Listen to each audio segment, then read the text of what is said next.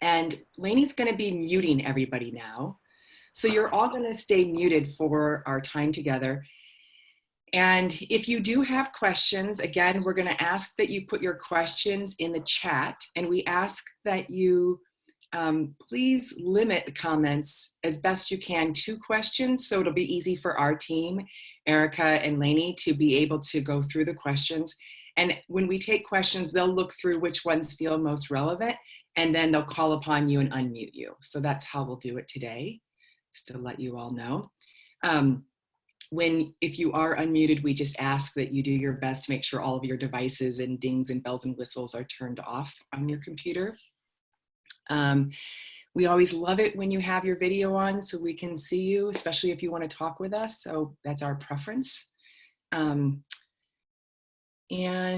let's see, we're gonna remind you all that I'll do this at the front and back end, but this is getting recorded and we will email you the recording. Everybody is getting that emailed to you within 24 hours. So if you're not getting that, it might be in your trash or something like that, but they're coming every week to you, each one of the recordings. And let's see, is there anything else? I think that's it for logistics on our side. Okay. All right, let's spend a couple minutes reviewing. So you signed up for a 4-session introduction to conscious leadership. So again, if we just go back up, leadership for us is taking radical responsibility for the influence you're having in the world, wherever you're having it. Conscious, the way we're playing with it here is it means to be here now, to really be here now, and to be here in a non-triggered, non-reactive way, so that you can think more clearly, relate more effectively, and have availability to the wisdom of your intuition and your instinctual knowing. So that's what we're playing with, becoming and playing with being conscious leaders. And this entire course is built around 4 questions. Last week we started with the first question, where are you? And as you recall, we're not asking, are you in the Santa Cruz Mountains, or are you in Northern Michigan, or are you in New Orleans? Love the way you say that, Morris, New Orleans. But where are you in terms of the state of your consciousness? And again, we introduced you this idea, the difference between content and context. So content is the who, what, where, when, why, how of your life. The normal stuff that is occupying your mind and your attention most of the time. That's the content. What we are doing in conscious leadership is we're paying attention to the context. And we get there by asking this question, where are you? So last week we talked about the simple idea of at any moment in time, you're either above the line or below the line. That's just the nature of being human. When we're below the line, we're contracted, we're in a threatened state. It could be a very mildly threatened state. We're in fear, we're closed, which is natural. When you're in a threatened state, you close up. So you're closed in your body, you close off your heart, you close off your mind. We're defensive because we're in survival. And we get fixated on being right. The ego doesn't believe it can survive unless it's right. And we said that being below the line is just natural and normal. It's where most of us spend most of the time because our ego identities are looking out at the world and we're experiencing so much threat. Threat to primarily our wanting of approval, to be liked, loved, threat to our wanting of control, and threat to our wanting to be safe and secure. So for most of us, we spend most of the time below the line, perfectly okay. What we're saying is that in conscious leadership, you begin by becoming aware. So we're growing in self-awareness. So at any moment we can check and we can see, where am I? Am I contracted, reactive, threatened? Or am I above the line, open, trusting, curious, wanting to learn? And again, these states of consciousness, below the line and above the line, we're not making them right or wrong.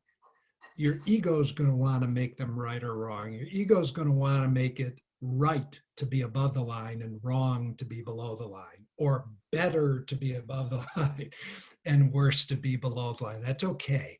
But when you journey with us a little bit, we're going to ask you to lighten that fixation a little bit and just play with it as though they're states, like the dream state, the dreamless state, and the awake state. So all of us go in and out of those three states every 24 hours or so. And you don't say, oh, golly, I'm a bad person because I'm in the awake state, or I'm a bad person because I'm in the dreamless state, or I'm a bad person because I was having a dream. You just understand that that's part of being human. So at the beginning, we just want to play with part of being human is that sometimes we're contracted and sometimes we're present. Sometimes we're in the drama triangle, and sometimes we're playing a little bit of a drama-free game. So again, the first question we're asking is, where am I? And so the assignment we gave you for the week was just to start to play with being able to locate yourself. Just ask yourself, put up some Post-it notes, play with an app like Mind Jogger or something like that. And just ask yourself, where am I? That was the assignment. And just start to develop some facility, some skill, greater self-awareness for locating yourself as to whether you're below the line or above the line. Okay, so that's, then the last piece that we covered at the end last time was whenever I'm below the line, I'm in the drama triangle, the Karpman drama triangle. So then we started to play with being able to play in the drama triangle and play on the bases. The bases are victim. They're all forms of victimhood, but one of the bases we call victim, and that's at the effect of. That's the whining, slumped over posture. Why is this happening to me? Another one of the bases is the villain, and the villain is the one who blames other people or circumstances, blames the collective, or blames themselves. And then the final base is the rescuer or the reliever, or what we call the hero. And this one is seeking temporary relief, just wants to feel better for a few moments without resolving the real issue. So then we showed you what it looks like to play in and on the drama triangle. So that's all we've covered so far. Where are you? Above or below the line? How do you know? Well, when I'm below the line, I'm in the drama triangle. When I'm below the line, you start to develop this self-awareness. So that's what we've covered so far. Diana, anything you want to add to that by way of review or reflection? Or I want to reiterate that most of us spend most of our time below the line. And as Jim said, we're biologically wired to do that. And that, you know, our experience is most people will have like 4 seconds of being able to hang out above the line before they go back down again. So it's not uncommon. You might even notice that in your meditation, you know, you can handle about 4 seconds of staying present and then you'll go away. So I want to make sure everybody gets that it's such a normal thing to go below the line. And that was one thing I wanted to point out. And then I can't remember my other thing, so I'll let that one go. But it's just the suchness of things that we go below the line. And assume, oh, that was the other thing. If you're checking, assume you're below the line. I think that's a good habit in the beginning. Assume you're below the line, and then look to see, is it possible that you might not be? And then the other thing I thought of now is, people ask the question, could you be on the line? Am I on the line? And we're going to suggest you might be bouncing back and forth really quickly. I'm above, next moment I'm below, then I'm above and I'm below. And so you're bouncing, and we're all bouncing all day long. Boom, boom, boom, boom. And so we ask for the time being just to pick, am I above or below? And rather than saying, I think I'm on the line. Those were the thoughts I had. So we're going to put you in groups here in just a moment. And we're going to put you in a group, and we'd like you to share with your small group what is it that you learned this last week as you were starting to track and ask this question, where am I? What did you notice? Was there anything surprising to you? What did you notice about your other people as well as you're paying attention to where are they, I'm imagining, as you're exploring this? So each person's going to get about a minute, maybe just a little bit more, to talk about what did you learn in your exploring this first question of conscious leadership, where am I, this past week? Okay, and then you'll notice on the screen, it'll say switch to the next person. So please honor that so everybody gets a chance to talk. And we'll have the person with the longest hair go first. And again, we ask that you not spend time saying, hi, I'm from here or whatever. Just jump right in, introduce your name and talk about it. And then the next person will go. All righty. So Lainey, if you could go ahead and pop everybody into small groups. We'll have you do just a minute each of debriefing of what did you learn from last week.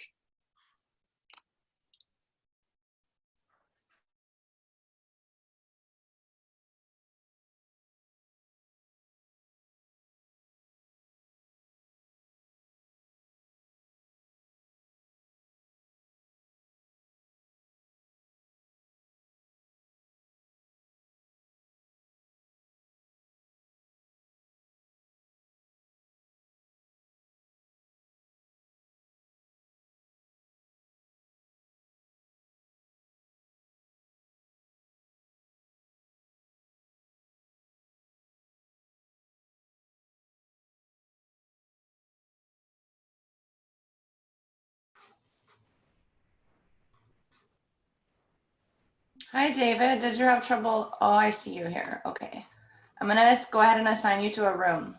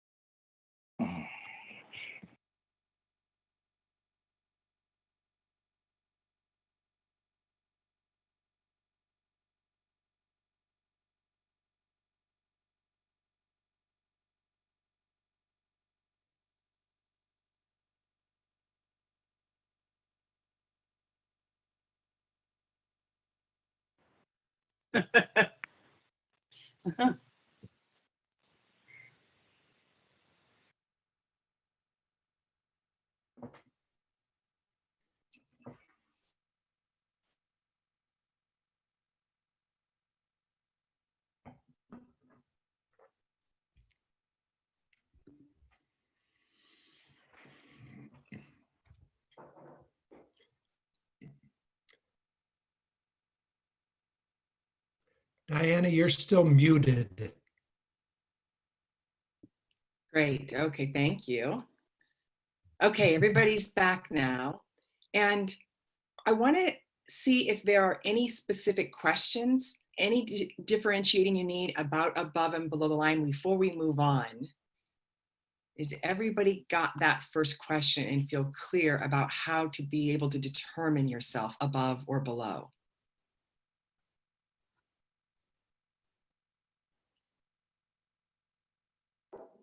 So feel free to throw a question into the chat.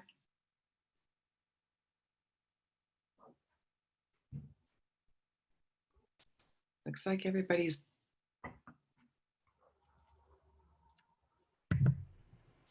Lainey, can you please unmute Lauren Golton so she can ask her question directly?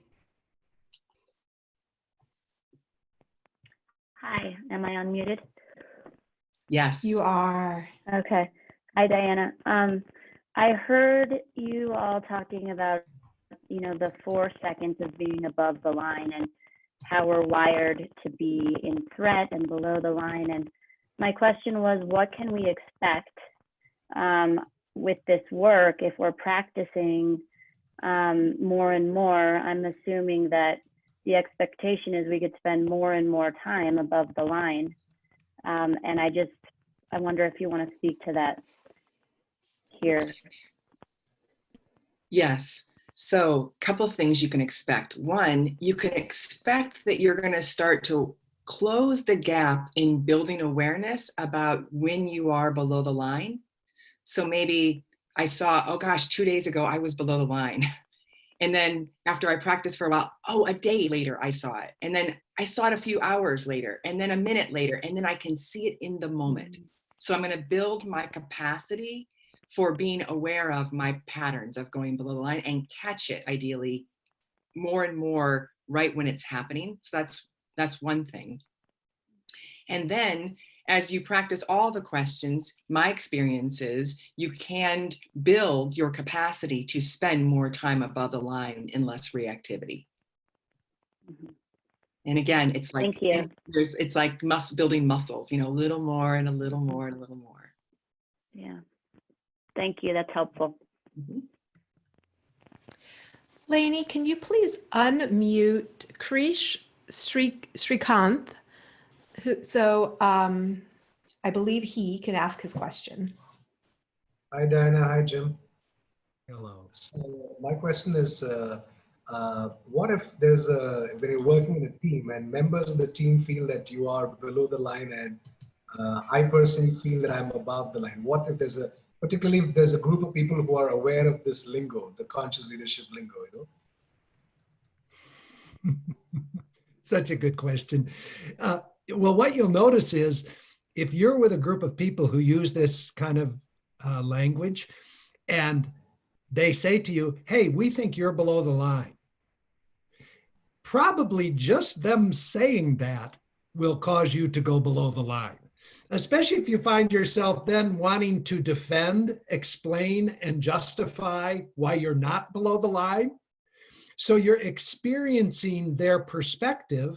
Often, this might not happen to you all the time, but often you're experiencing their perspective as critical.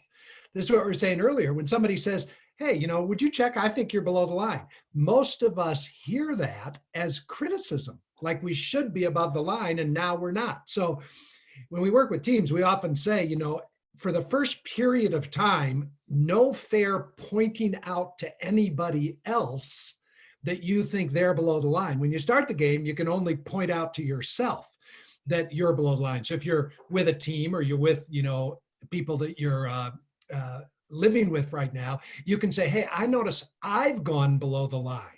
And I want to take responsibility for that, as opposed to, you know, I think you've gone below the line. Because when you do that, if people aren't below the line, they'll go below the line. So that's the first thing. Check and see. And then second, again, imagine this is a game. And a fun way to play the game is if a group of people like on your team are all sensing you're below the line, go with that. Ask yourself the question, how is it true that I'm below the line? Don't ask yourself then, am I below the line? Because that'll send your mind into a fighting debate with them because they're holding a different story from you. But if you want to grow in self-awareness and become more awake, play the fun game, doesn't feel like I'm below the line, but let me check. How is it true that I'm below the line? And then you can start to play with like the 15 commitments. Oh, it is true that I'm not willing to feel that feeling right now, or it is true that I'm making this issue serious, or it is true that I'm viewing them right now as obstacles and impediments. And I just covered 3 of the 15 commitments there. And then you can say, wow, okay, thanks for the feedback.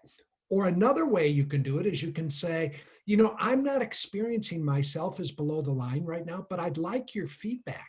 What are you seeing over here that would indicate to you that I'm below the line? Is there something about my facial expression or my tone of voice? Is there something in the way I'm speaking or holding myself? If what you're interested in is learning, then you want to get curious and learn from the feedback. Does all that make sense? Very much. Yeah, like sometimes I might not see it, but then I'll say, what are you noticing? And they'll say something like, I noticed the pace of your speaking is faster than usual. Or, and I noticed there's a certain way you're holding your posture that looks more frozen than usual. And then I'll check and I'll say, oh, that is, I can see that. And then it starts helping me understand what's going on that might have me in a more reactive state. That's nice. You're giving very sensory specific data rather than your opinion. Yes. Wow. Yes. Sometimes we even say, what are the actual facts? Like, what is the camera recording that then you're interpreting as below the line? Okay, thank you. All right, shall we take one more question? Great. Joni Rufo, we'd love to have you ask your question, and Lainey will unmute you so you can. Hello, everyone. Can you hear me? Yes. Yes. I was curious where you'd put apathy in the drama triangle. So I was sort of just looking through, it feels victim-y as I asked the question, but as I'm looking at it, just sort of the, I don't care, I'm out. And I realize this might start to get into the, am I willing to shift, which question 3, but I'm just curious, like where you work with that in the, I don't really care. Yeah, I'm below the line, whatever.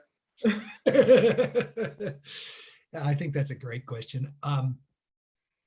Well, I have 2 things to say then, Diana, whatever comes to you. Apathy is the ultimate victim move. Mm-hmm. You get it? So it's Mhm. like, whatever. It's the ultimate quit. Yeah. I'm just going to walk away from the game. So it's very much below the line. It's actually, people don't get this, but you know, if you think about going below the line, you can be slightly below the line or way below the line, like -1 to -10. Right. And most of us are pretty good at seeing when we're at 8, 9, and 10. But here's the deal. If you go below the line and you're more of a passive aggressive person, -10 can look like apathy. Mm-hmm.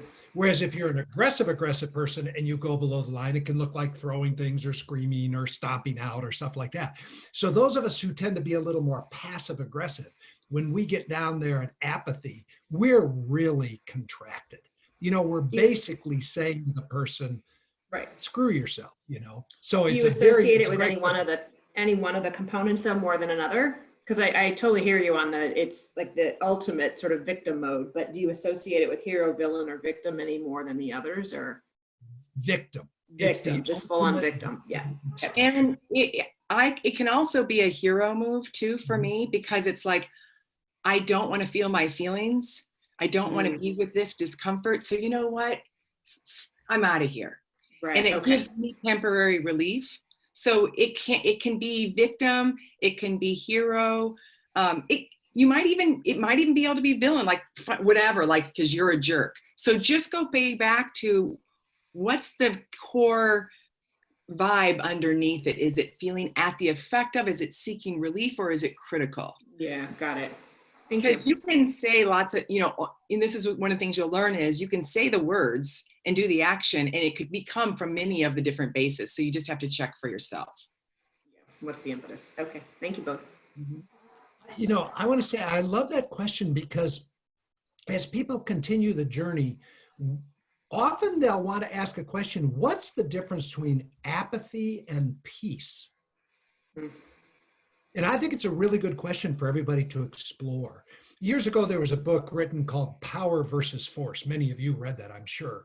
And in that book, the author identified 9 levels of energetic intensity or aliveness.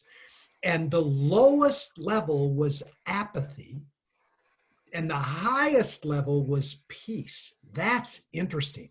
So it went apathy, grief, fear, lust, anger, pride, courageousness, acceptance, peace. So apathy is deflated with no energy available for engagement in life. And peace is all energy available, but at rest, waiting for the prompting to see how it wants to be moved into the world. So I love that question. Apathy, where does it come from? How does it relate to what it means to be a conscious leader? Okay, shall we move on to the next question of conscious leadership? So actually, are you going to cover the payoffs first, Diana? Yes, as part of it. Okay. Yes. So here I am below the line, and I'm not crazy for being below the line.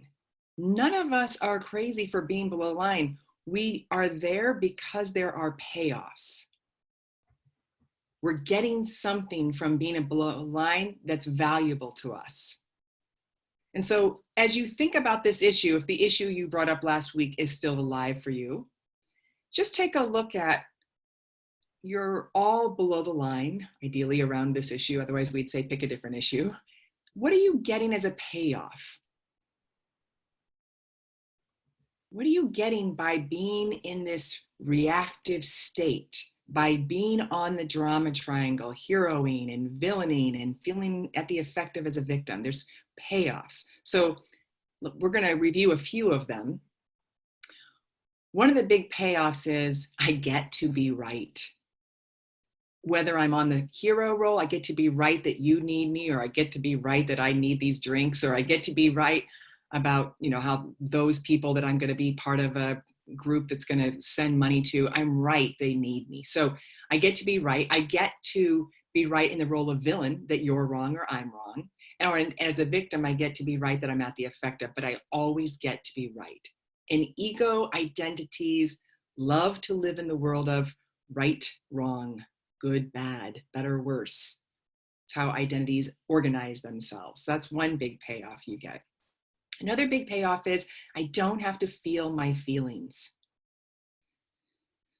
I see so much of the world in avoidance of their sadness, their fear, their anger, their creative sexual energy, even their joy. I can't be this happy in the midst of people suffering with COVID. So I suppress my feelings, and that's a payoff I get in the drama triangle. Another thing I get is I get to stay in connection. It's not ideal. We're fighting a lot, but at least we're together. If I got out of the drama triangle and got above the line, I don't know. Maybe we aren't together anymore, and I don't want to deal with that. So I'd rather have the connection, even if it's not ideal. That's another big payoff we get.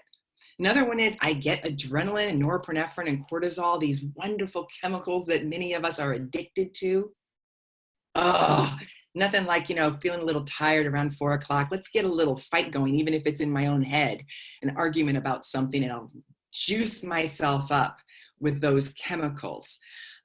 There's my aliveness. So the drama triangle can be very enlivening because of these ways in which our body gets addicted. So a lot of people say, oh, I'm not addicted to any substances. Check and see if you've got an adrenaline or cortisol or norepinephrine addiction going, because most of us have. Another big payoff is it's so entertaining, right? I mean, did you hear? Oh my God, are you kidding me? Oh, what? So we get something to talk about. You won't believe what happened. Calling up your friend. Oh my gosh. So if we don't have something that's more entertaining than our drama, we're going to default to our drama. You know, and look at the movies, that the best sellers, you know, they have the biggest heroes and the biggest victims and the biggest villains, and we go watch it because it's entertaining. And we like watching some of the drama in our governments. It's entertaining. So what's more fun than your drama? We have two things that we see. Play. Ask kids, what's your favorite part of school? And they'll say recess. And when you look at television shows, some shows can compete with the drama shows, and they're like these play improv shows. Those can compete because they're as entertaining for us. The other thing that's entertaining is being on purpose. When you start getting really on purpose, your drama gets a lot less interesting. So those are some of the payoffs that you are getting that you're not crazy. You know, some of you might go, hey, I'm getting a job. I'm not going to go, I'm below the line with my boss, but I'm not going above the line because I need a paycheck right now. That's a payoff for me. So we want to honor the one in you who says, I'm scared and I'm afraid that I might lose these things. They're important to me. And we trust you. We trust that when your payoffs are not valuable enough to you anymore, you'll change.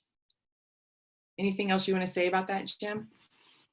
I had the thought it might be fun to have everybody type in the chat line, just fill it up with what are the payoffs you're getting from being below the line? And Diana listed a handful of them, but when you tune in, this is just a way to say, hey, I'm not crazy. I'm getting something from staying in this state.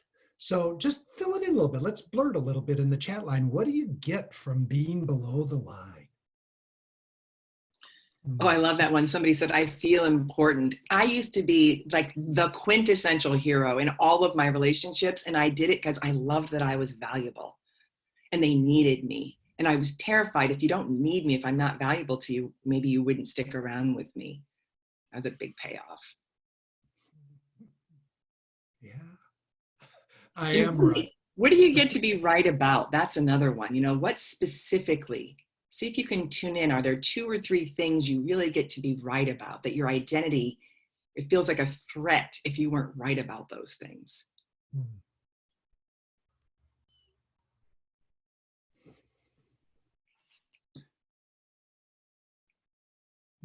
Yeah, beautiful.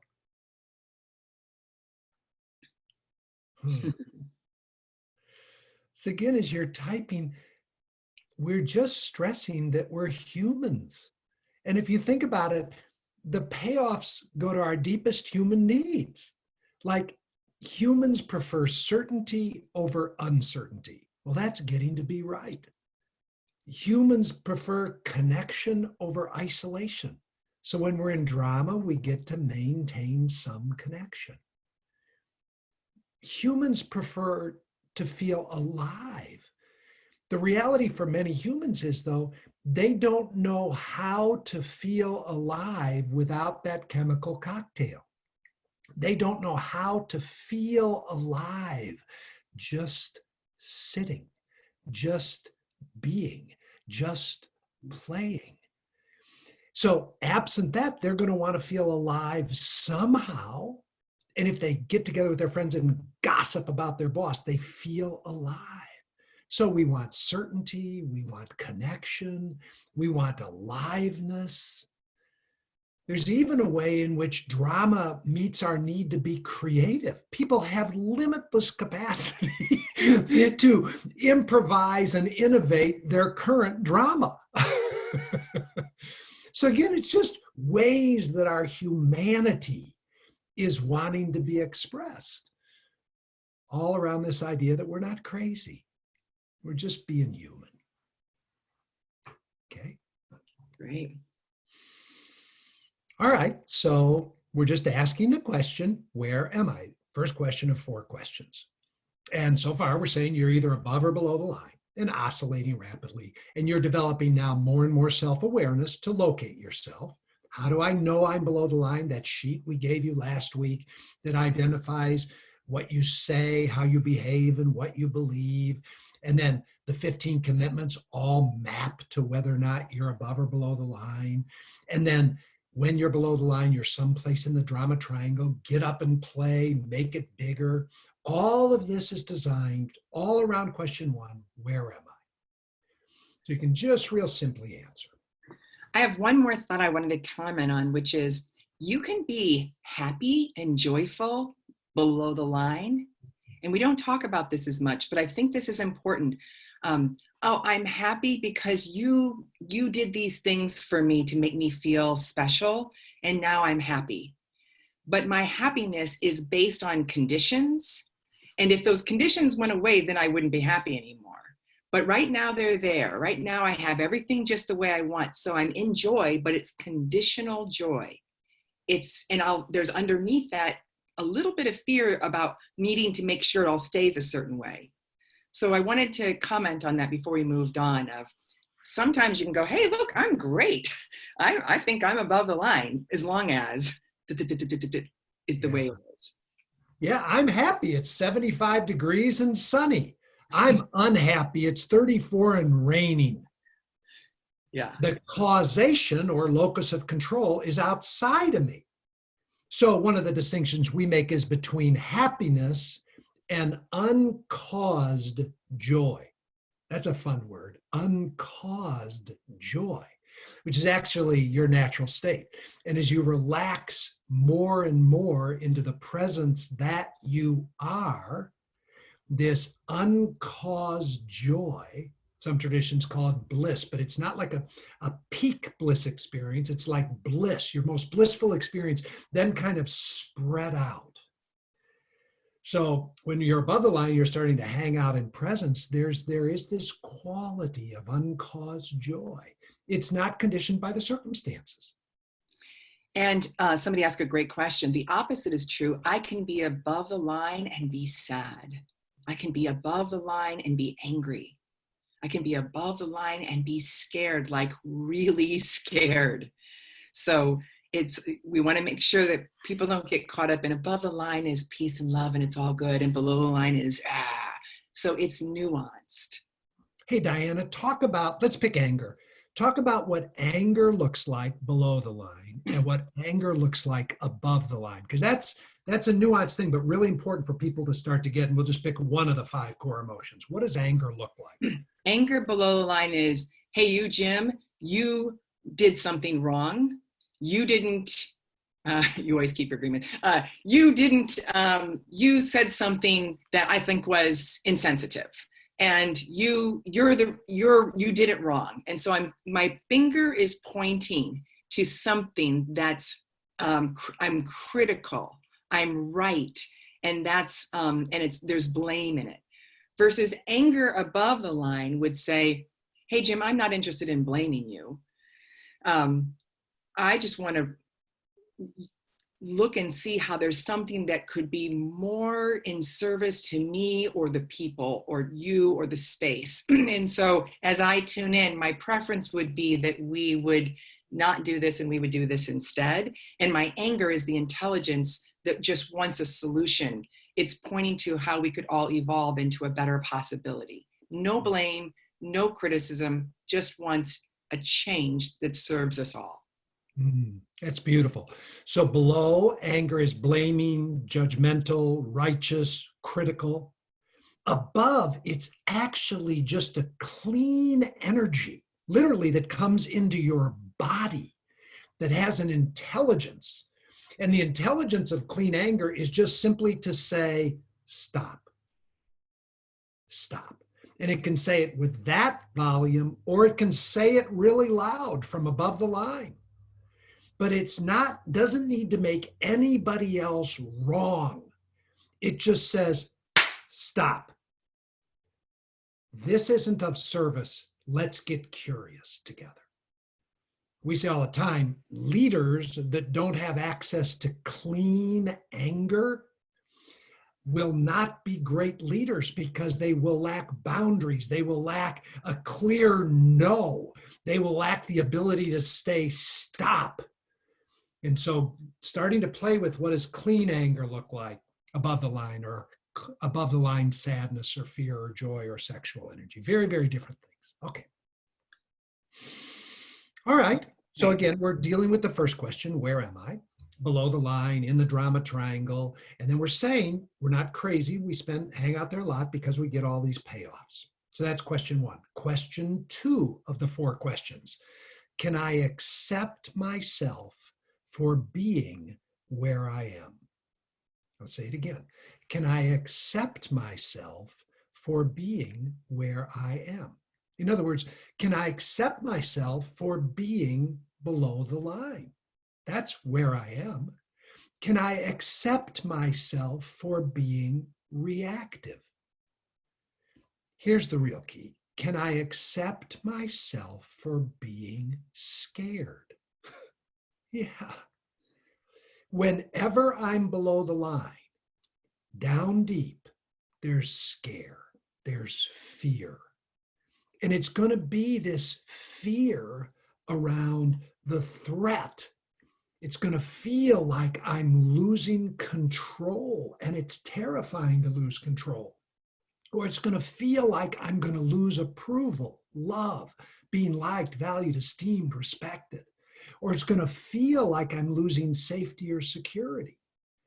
So I look at the world, and even though I'm looking at it as kind of a big mature adult here, underneath, honestly, there's a scared part of me that's experiencing threat. So of course I go below the line and contract.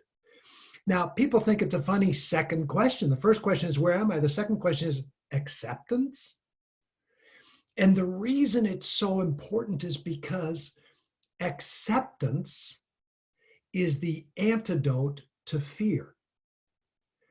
Acceptance is what fear is wanting, what fear is requiring, until the scared part of us can be welcomed, even just for one breath, can be received. It won't relax because it's not safe. So it will stay vigilant, frozen, contracted. But once fear gets met with a breath of loving kindness, with a breath of, oh, sweetheart, of course you're scared. You're just human. It's okay to be scared. I talk like that because that's the way I talk to myself. I channel my inner grandfather. You know, I have these grandchildren, 7 of these grandchildren. And when they're scared, they're just kids, they just get scared. And, you know, a lot of times their scare is irrational, and so is yours. It's often irrational. But when they come with their scare, I don't say to them, hey, there's nothing to be scared of in the world. Stop being scared. You want to be scared? I'll give you something to be scared about. That would be ridiculous. The little kid would just get even more scared. When I'm in a good grandparenting moment, I just say, oh, sweetheart, of course you're scared. Golly, grandfather gets scared too. Why don't you crawl up in my lap and let's just hug for a minute? Then their little nervous system relaxes and they're available to another kind of learning. But unless we meet our own fear with acceptance, our nervous system doesn't relax and we're not available. So we say all the time, you can't shift what you can't accept. So you can't shift from below the line to above the line until you can accept yourself for being below the line. So let me pause there, Diana. What's coming up for you? What do you want to add to that? Or yeah, and in particular, you know, you'll see it, a kid comes and they're like, I fell off the monkey bars. And the parent says, you're fine, you're fine, you're fine. And the kid goes, and the kid stuffs the fear with their breath. we all do that. Many of us, we get scared and we stop breathing. We breathe in a new constricted state that manages and controls the fear. And so when Jim talks about this idea of, can you give some breath of acceptance, part of that is also supporting the fear moving through the body. Yeah, I'm scared. I can feel it in my belly. And let me just welcome all of that. Welcome the sensations. Welcome being scared. Take some breath in and through and around that and moving, allowing that to move through so that I can be available again for the moment without managing and controlling this fear. Yeah. So in a minute, we'll take questions about this because this is a really important thing. So if you have a question about what it means to accept yourself for being just where you are, sometimes we talk about the 4 A's because people struggle with being able to accept themselves. When we're coaching somebody, they might say, no, I can't accept myself, especially those of you who are really committed to like being conscious leaders or being mindful or being mature. When you find yourself contracted, you'll judge yourself for being below the line. You'll make yourself bad. I should know better than that. I should be beyond that. Does that make sense? So we might say, can you accept yourself? And if you're honest, you go, no. Okay, that's fine. That's fine. Then we'll just say, let's just back up. Can you just acknowledge? That's the first A, acknowledge. Can you just acknowledge that you're below the line and scared? Can you just acknowledge it? And usually you can because you already did. You just asked yourself, where are you? And you said below the line. So you've already acknowledged it. So we just start there. Can you just acknowledge? And you say, yeah, I could acknowledge that I'm below the line. And then we'll ask this question. Could you just allow yourself to be below the line for this moment? You can go above the line later. It's not a promise to do anything in the future or that you're going to stay stuck forever. Just in this moment, could you allow yourself to be where you are? And see, you're kind of increasing acceptance. Can you acknowledge? Can you allow? Then we might ask, now that you can acknowledge and allow, could you just accept yourself? One breath. That's beautiful. And then the 4th A, which you'll actually get to, Diana and I hang out here a lot. Can you appreciate yourself for being scared? Acknowledge, allow, accept, appreciate. I've gotten to where when my fear shows up, a lot of times, not all the time, I just love it. It's like, honest to God, it's like my little grandchildren. I love it when they're scared and they just want to crawl up in my lap. It's like the sweetest moment, right?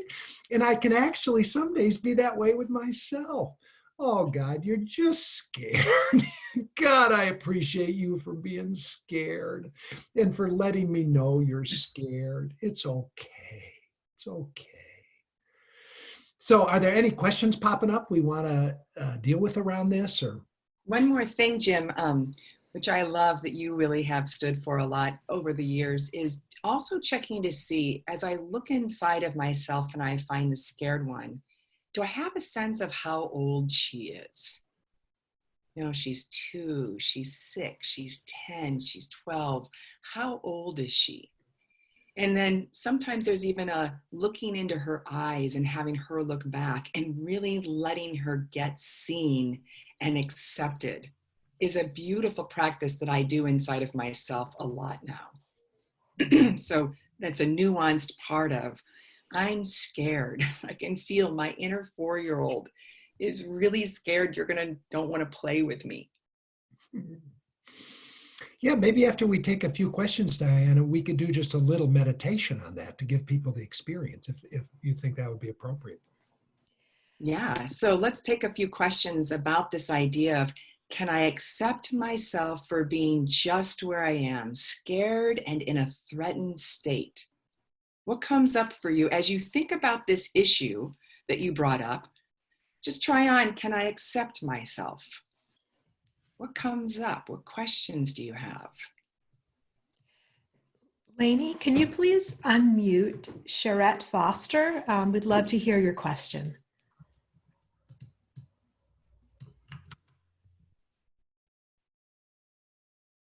Hi, everybody. is there a fine line between accepting yourself and then being okay in that moment that you're below the line, and then remaining below the line because now you feel okay? Right. Our ego identity goes, oh, you better not accept yourself, because if you do, what's going to motivate you? You'll just accept the whole thing, and now you're just going to tolerate something that's not ideal. And then, so you got to be staying in this place of reactivity to motivate yourself to change this thing. Is that what comes up? Right. I know that one. We hear this comes up all the time when we talk about really the key. All we've done so far is self-awareness, self-acceptance, self-awareness, self-acceptance. Yeah. Here's the question, the one you just asked, Sharette, it comes up all the time. If I'm self-accepting, will I become complacent? Isn't that it? I'll lose my fire. Yeah. And that makes perfect sense, because most of us have learned to motivate ourselves with fear, with anxiety, with a harsh inner critic, or learn to motivate ourselves by, guilt or shame. And it's a fabulous motivator. We all know that we can stay motivated by those things. And then the great question you're asking is, if I meet that with love or acceptance, what in the world is going to motivate me? Well, this is where we talk about from above the line, you're going to find whole new sources of motivation, sources like play. It's wild. I just stay with my grandkids because all of you are just like them. My grandkids aren't usually motivated to play from guilt, shame, fear, making money, extrinsic reward, getting a bigger car, a corner office, a bigger title. Much of the time, they're motivated just from play itself. Play is the reward.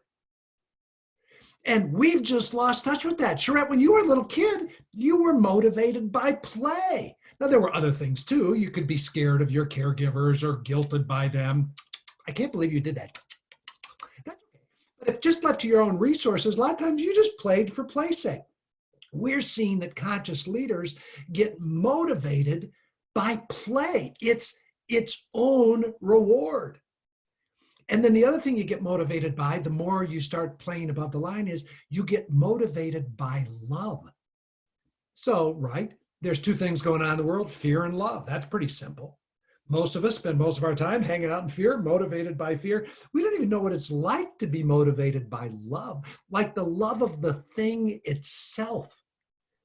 They just love the thing, whether the thing is coding or the thing is, neurosurgery or the thing is writing or dancing. The love of the thing motivates. And again, these are all self-reinforcing. So that's why I love your question, because we hear it every place we go. If I get accepting, I'll become complacent. Yeah. Great question. Thank you. Dominic Perry, we'd love to hear your question about practices for cultivating acceptance. Oh, hi. Jim, as you were kind of walking through those 4 levels, and I've actually tried to work with this for years. I've actually heard you on podcasts talk about these and that type of thing. And what I find is that in moments when I'm really below the line, when it's really constricted, I'm like, oh, what are my 4 things? I gotta accept this. And it's kind of like the deluge is just coming, right?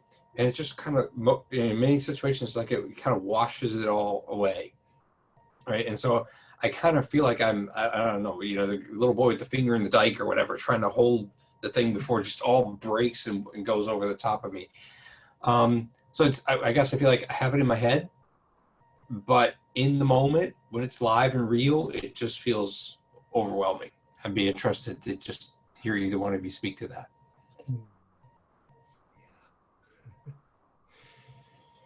Well, here's what comes up for me.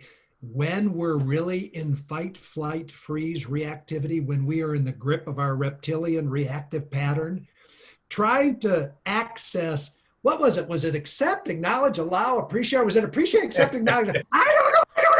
I'm just panic stricken. I don't know.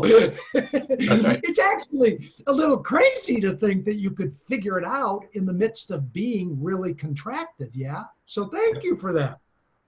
So first of all, sometimes you're just contracted and you are, but something in you, because sometimes you're contracted and no little voice says, oh, this is it now. What do I do? But that little voice said something. That little voice invited you to something. So let's get rid of all the words, accept, allow, appreciate, acknowledge. Get rid of all those words and just do this. Stay with me.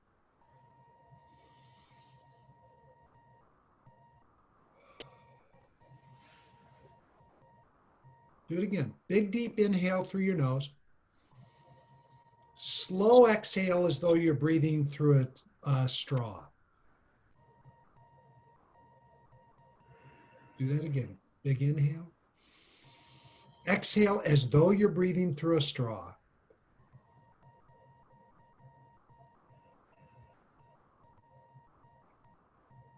There you go.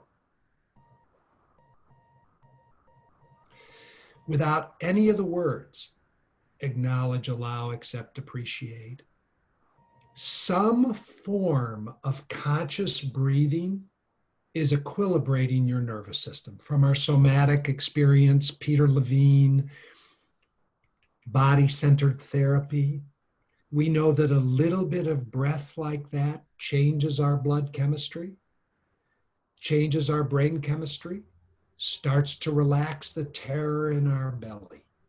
So if you're aware and you're willing, one option is breathe. Breathe consciously. But I want to tell you the other option, which is one of Diana's favorite moves here, is make it bigger. Diana talked about it. So I realize I'm contracted, and instead of getting all Zen-like, there's another. You can go to the other side of the polarity. Go to the other side, which is whatever's going on, exaggerate the heck out of it. So, oh my God, make it so that, oh, the world is falling apart. Oh my God, you know, like whatever is happening, make it exaggerated because you'll go into the pattern. And then oftentimes letting yourself go there builds your witness starts to kick in. You start to watch yourself and it starts to get a little funny. Because one of the ways you get really stuck is this is serious. Oh shit, oh God, oh, you know, and we get panicky and then that gets the whole fight flight thing going. So if you can take whatever you're at and just see if you can catch yourself, watch it and exaggerate it, can be another way through. Okay. I think one of the cool things in the world we need to bring back in are conscious temper tantrums. Again, Diana and I we're in the midst of all of our thing that's going on in the world. We're going to do something on conscious parenting. And it's fun to watch parents when their kids throw temper tantrums. Usually, especially if it's in public, the parents do everything they can to shut down the temper tantrum because they're taking it to be like a referendum on them as parents. Like, I'm a crummy parent because my kid's having a temper tantrum. But again, one of the great things about being a grandfather is how those kids behave is not a referendum on me. I just get to be a grandfather. So when they throw temper tantrums, I just like to say, oh, cool, you're having a temper tantrum. Stomp your feet, scream. Our little granddaughter was having a temper tantrum a couple of years ago, and she can run a temper tantrum the longest period of time. So I said, okay, we're going to go sit on the porch because there were a bunch of people around, a big family gathering. I said, I want to go sit on the porch with you, and I just want you to keep throwing your temper tantrum. So she would throw it, and then she'd calm down a little bit. I said, is that it, or do you have a little more? No, and she'd stomp her feet. She'd bash her hands. I had to actually protect the floor a little bit, her from the floor, because she could start to bang her head and stuff. I didn't want her to hurt herself. So, Dominic, one of the things you could do is, if you're in an environment that feels friendly to you, throw a conscious temper tantrum. Yesterday, about 10 o'clock in the morning. So I triggered myself. I got rageful. I was so far below the line. It happened to be when I was getting ready to take my shower. So I got in the shower and I threw a temper tantrum in the shower. It sounded like, ah, ah, ah. I just made it bigger. Let the energy flow. Because you can either do conscious breathing or go the other way and make it bigger. Either way, you're starting to release the energy. Does that make sense to you? Yeah. Okay. Dominic, looks like you're muted still. Did you have something else you want to say? There we go. Do you want to say something else? Yeah, just very briefly. I mean, with Diana, when you started talking, I was like, "Oh God, that's just going to amp it up." I'll go down the deep dark hole. I do appreciate Jim's piece because there is a way in which it's like it. When I try to do the breathing, it's kind of like this. There's almost the part of me that goes, "Oh, you think you're going to zen your way out of this, right?" Exactly. You know, and it goes deeper. So the idea of kind of the controlled outburst. It's a really nice flip. So thank you. Yeah, and let's stay with it, Dominic, because remember, this is all prompted by the question, where are you? You go, I'm below the line. And remember, the question is, can you accept yourself for being just where you are? It's perfectly okay to say no. In fact, hell no. I'm not going to accept myself. That's great. That's just the truth of this now moment. I'm not going to do any of that Zen breathing bullshit or, I just am going to stay here. Great. That's perfectly okay. And then you can get back to the drama triangle. And then you can go in the drama triangle and go beat like I used to go, you wimp, what's wrong with you that you can't accept, and I'll just go beat myself up about that. And you've been doing this for how long? You don't deserve to be a teacher around. And then, until I'm tired of that. And then I start to open up, and it's a little funny as I make that bigger. Yep. It does seem like there's a conscious piece that comes with this, right? To not spiral down and right. But I appreciate that this is another option and one that I can work with. Yeah. Well, I would just pay attention to the one who's avoiding spiraling down until you can really relax and accept spiraling down. You're going to keep being an avoidance to something that won't give you, you'll then keep heroing yourself away from this thing you are having aversion to. So I'm excited. I keep hearing this thing of, I don't want to go there. Oh yeah, no, totally confession. Like I want to, do the whole Zen thing, right? But Jim, just to your point, when you talked about the 9 levels and peace is the highest, and that's the one with the most energy, I was like, oh, that's interesting. I never thought of peace as being energetic. I thought of it as being Zen, mellow, and that's what I'm attracted to. So yeah, Diana, it's good. It's a great read. I'm afraid I'm resisting that spiraling. Now, I want your unconscious asshole to come out more. Yeah. And I want you're bringing us into another thing we talk about all the time. The Zen thing that you're doing, that I have done much of my adult life when I've been doing this, is actually spiritual bypass. It's spiritual bypass. I'm not being with life. I'm not being with the messiness of being human. I'm not being with all of the life force. Instead, I'm just going to detach and go away. That's into my Zen place. Now I'm fine. I'm going to be really clear here. Conscious leaders have the ability to be pure beingness, whatever you think that means, including pure presence, full aliveness, but they're also fully human. They're messy, they're dark, they unwind, they spiral down. Yeah. Some of us really like the whole, I'll just Zen my way above all this stuff. And that's right. I'm a, reformed Zen myself as a spiritual bypass person. It's very different than practicing your presence.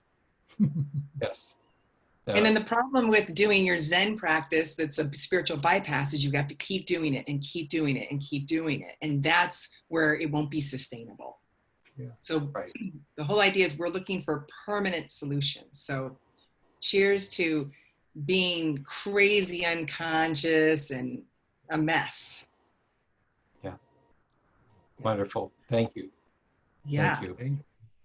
Jim, I won't do it here, but there's a great story about Philip Kapleau, if you know, who wrote the 3 Pillars of Zen, and his reaction to he was leading a meditation, and in Mexico, there's a scorpion that came crawling across all of them. Everybody was trying to stay in the Zen, rise above it piece. It was headed towards him, and they were all wondering what was going to happen. And basically, all of a sudden, they heard this huge whap. He took his shoe off and killed the scorpion.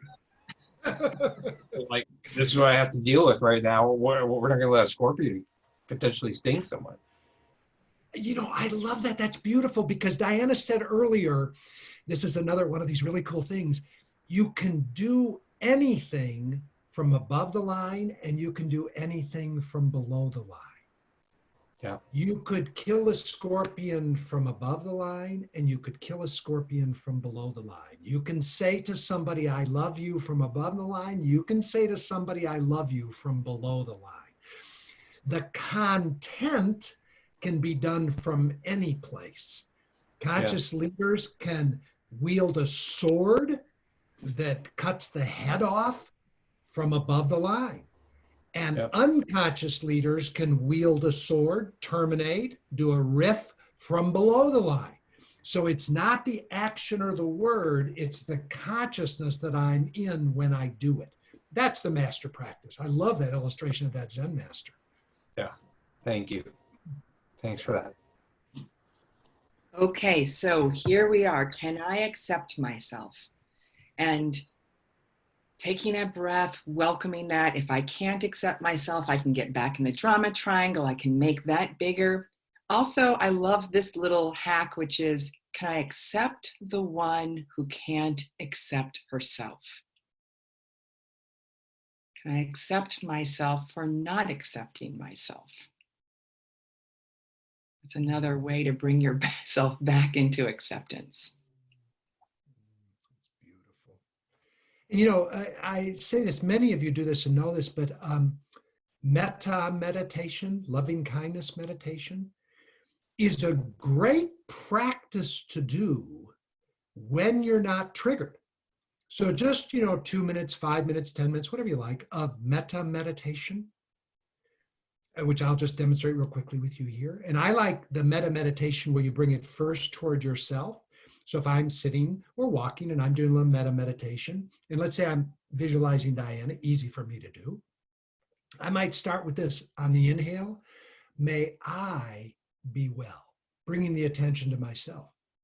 Then I bring my attention to Diana, may you be well. May I be safe and free from harm. May you be safe and free from harm. May I be happy. May you be happy. May I be filled with loving kindness. May you be filled with loving kindness.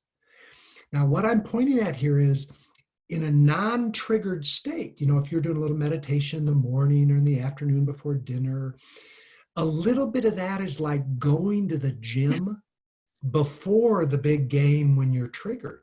So you've begun to have a practice where you can extend a little bit of loving kindness toward yourself. So when the proverbial shit hits the fan, you can fall back into the muscle of, I know what it's like to say, may I be well, may I be safe, which is just acceptance. Now again, don't use it as a spiritual bypass when you're in the throes of it. Do all other stuff we're saying, but a little bit of go to the gym a couple times a week and do loving kindness meditation will deepen your capacity to extend acceptance towards yourself when you fall off the horse and you're triggered. And then obviously, when you're starting to practice this stuff, you're going to get over into everybody else's business. Where are you? Where are you? see if you can also grant them acceptance for being just where they are.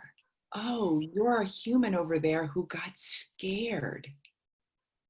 I don't know what your background is. I don't know what you've gone through, but something got triggered here. And can I accept you for being scared and reactive? Because a lot of times when people start learning this work, we start weaponizing it against each other. Jim, you're below the line. Come on. And I've no acceptance over here. You know, stop it. And so instead of, oh, Jim, you're below the line. Looks like you got scared. I just want to accept you being scared. Accept me being scared when you got scared.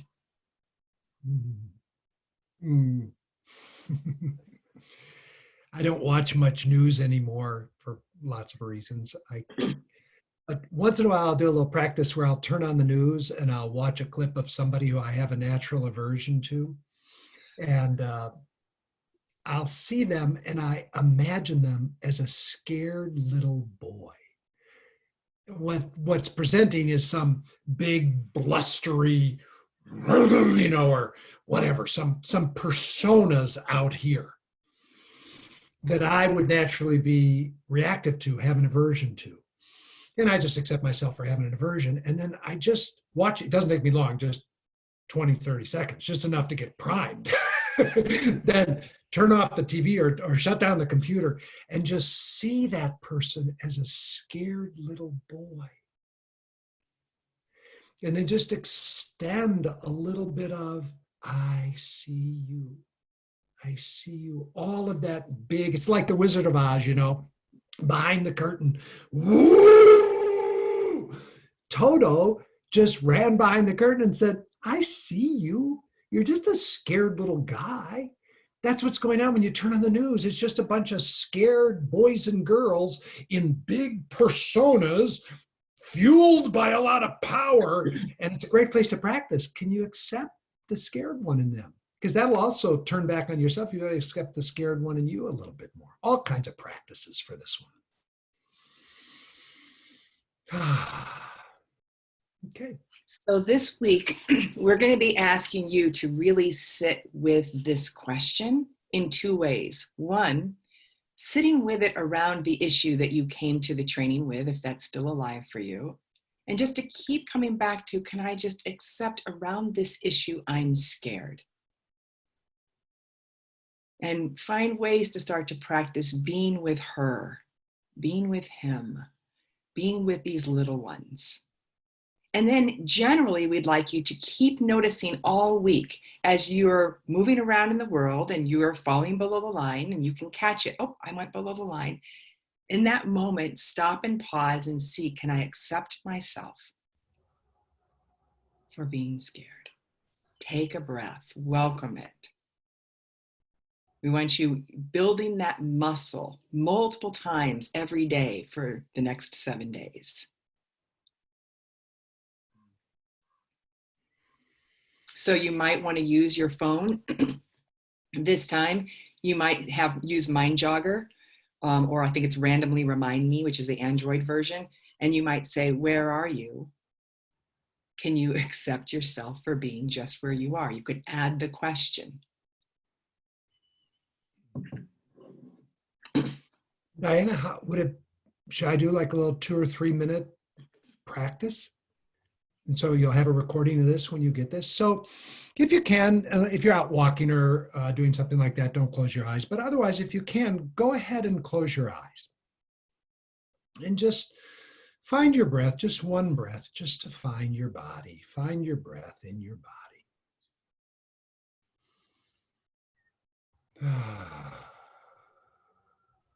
So you're here. You're seated in this chair, on the couch, or on the floor. Just being.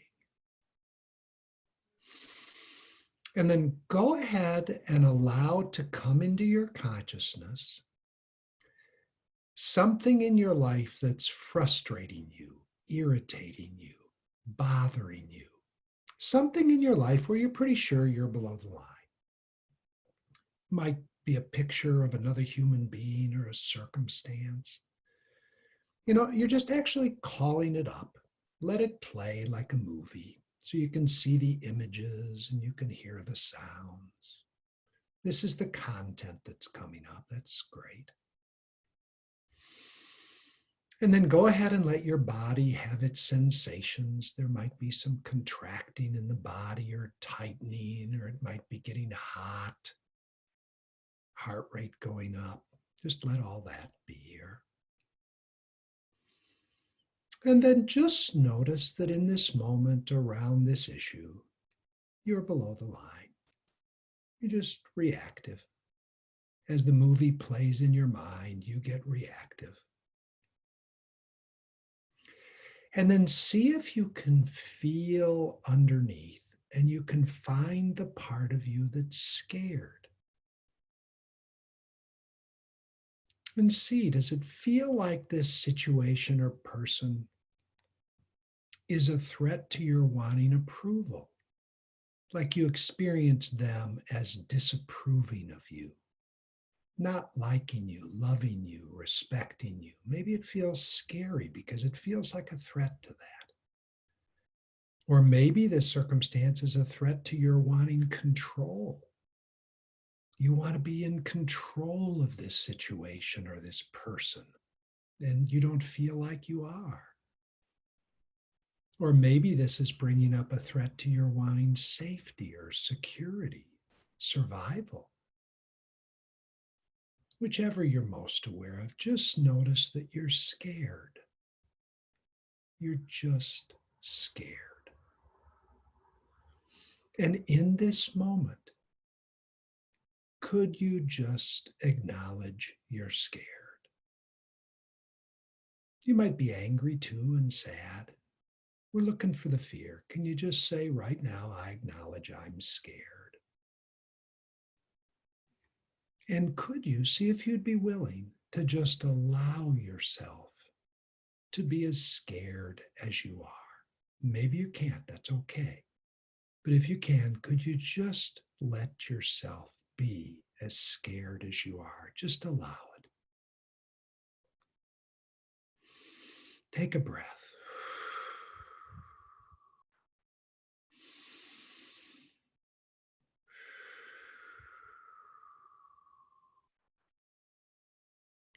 And then see, how old is the scared part of you?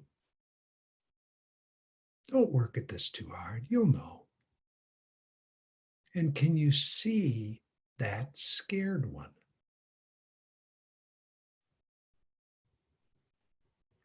And as you see that one that is young and scared, could you accept her?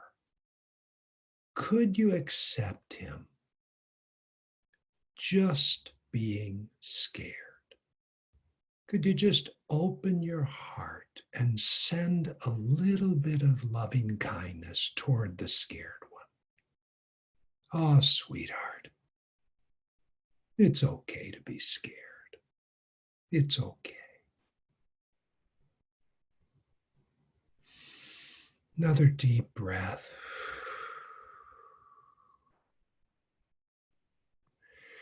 And if you can't accept that one, it's okay.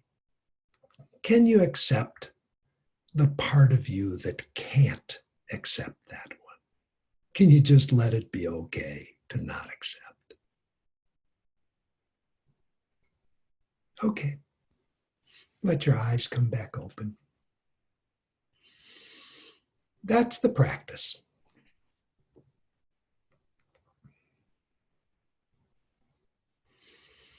Let's open it up for questions here. Anybody have any questions, clarifying questions around this aspect of acceptance?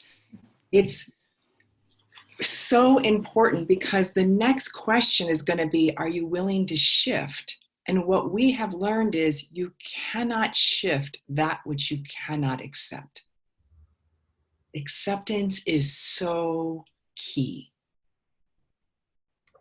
So a lot of people go, yeah, I can accept myself. Can we move on to this next question? No, no, no, no, no, no. Drop in, do your work here. This is a big part. And this is why we're such big fans of meditation. Can you notice, where am I? And can you allow? Accept, notice, allow, notice, allow. That's what the first two questions of conscious leadership are all about. People are asking the question, is it always about fear? Yeah, I saw that. Here's the answer. Yes. Again, you might feel angry. You might feel sad. You might feel rageful. You might feel apathetic. There might be a lot of other stuff there, but the key is that whenever I'm contracted, it's because I'm experiencing a threat. And the way the nervous system integrates that is fear. Now, again, the fear might be big, little, it can have all different textures, but I'm going into survival mode because I look out at the world. By the way, I can do this all in my mind. I don't even have to leave the privacy of my own mind. It can all happen in here. In my mind, or I look in the world and I see a threat, and I'll say it again, it's a threat to wanting approval, control, or security. So underneath whatever else is there, there's fear. So we want to accept the anger too. We want to accept the sadness and the apathy, and we want to accept all that, but we want to find our way down to the threatened, scared one and give some acceptance to that. It's always going to be under there. Lainey, can you unmute Dora, please, so she can pose her question? Hey everyone. So my question was, and I assume the answer is a longer one, but do you have any suggestions about how to move through this when it's in process and active and you're in the middle of a really important interaction? So in the middle of a big meeting or in the middle of a really important personal interaction, and you are, or I should say, I am committed to being present and responding appropriately, but are in the fear state.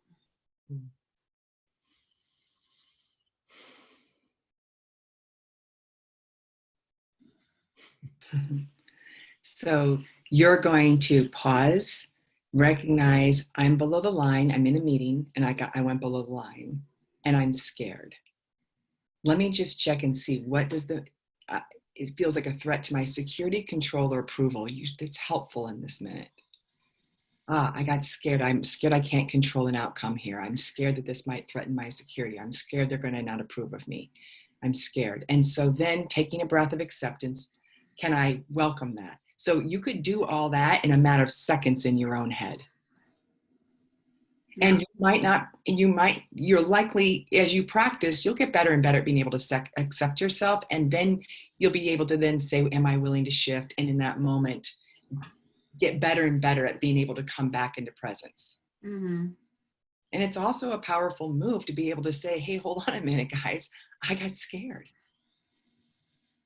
I'm in an interaction with you. Hold on a minute. I notice I'm getting triggered. I want us to get present. Let me stop and pause for a minute. Mm-hmm. Mm-hmm. That's beautiful. Yeah, depending on the relationship, even in a business setting, you can just say, hey, I just want everybody to know I just lost presence. I stopped paying attention. I kind of got over here in my own head and was kind of gone. I think I got reactive, quite frankly, and I want to come back to being present. Goodness gracious, if more people did that all the time, think of the quality of our meetings, because most people are out of presence most of the time. And if somebody has the guts to say, hey, I just went away and I want to come back and get present. And the way I went away is I got kind of threatened by what was being said. You can say it, you can say it in common language. Now, some environments, people would think you're a freak if you did that, but you might be willing to be a freak. I see, when I come observe teams, I see almost all teams start their meetings from below the line because they're in a mindset of, I don't have enough time here. Most people are in a state of threat around time. So, okay, we got this meeting, let's go. We're all below the line. We're all scared. So it's so great to go, hey, hold on a minute. I notice I'm scared with my own threats about time. And it looks like maybe others of us too. Can we all pause and do like 32 seconds of breathing and come back into presence? Mhm. Sheila B asked about, is recognizing the Sedona method here and is curious if this is what we're using. And I figured that's a great way to wrap this up. You bet. We're huge fans of the Sedona method. Commitment number 11 of the 15 commitments is I commit to source, approval, control, security, separation, and oneness from the inside. So we're devotees of Lester Levinson and Hale Dwoskin. And if you want to know about the Sedona method, you have a book, just go read chapter 11 or go to sedona.com and you'll learn about the Sedona method. Hale Dwoskin and Byron Katie and Gay Hendricks and Katie Hendricks and people like that have been our mentors for years. So we think the Sedona method is a great shift move. Yeah. All right, all, we've come to our time. We want to remind you again, the recording of this will be in your inbox within the next 24 hours. You might want to review it, listen to Jim's guiding again a couple of times throughout the week. And we will see you back here next week to explore how are you going to shift. See you all then. Lainey, unmute everybody and let them say goodbye. And Goodbye. Hi, everyone. Hey, thank you. Thank you. Thank you. you guys. Thank you very much. Goodbye. Bye-bye. Bye. Namaste. Great. Thank you. Bye, everyone. Thank you. Bye-bye. Bye. Excellent. Fun. Bye all. Bye.